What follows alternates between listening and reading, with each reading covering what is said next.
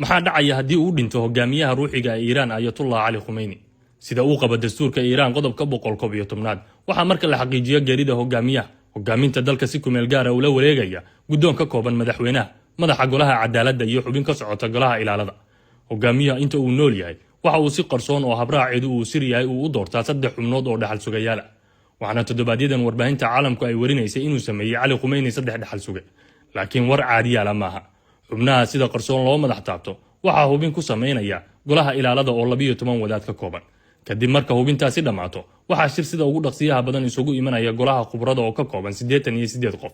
hogaamiyaha hela codadka ugu badan oo 56 ayaa noqonaya guuleysta waxna magaciisa laga hormarinaya Ayatollah Iiraan waxa ay yeelatay tan iyo kacaankii dalka qabsaday 1979 laba hogaamiye oo isbedelay Ruuxullah Khamenei oo 1989 dhintay iyo Ali Khamenei oo hadda jooga Asataram iyo Israa'iil ay sheegteen dilkiisa walina aan loo helin cadayn muujinaysa inuu dhintay waxaa jira xubno la hadal hayo kuwaas oo la tuhmay inay dhaxal sugayaal noqon karaan waxaana kamid ah Ali Reza Arabi oo ka tirsan labada gole ee ilaalada iyo golaha khubrada ahna madaxa macaahidda diiniga ee dalka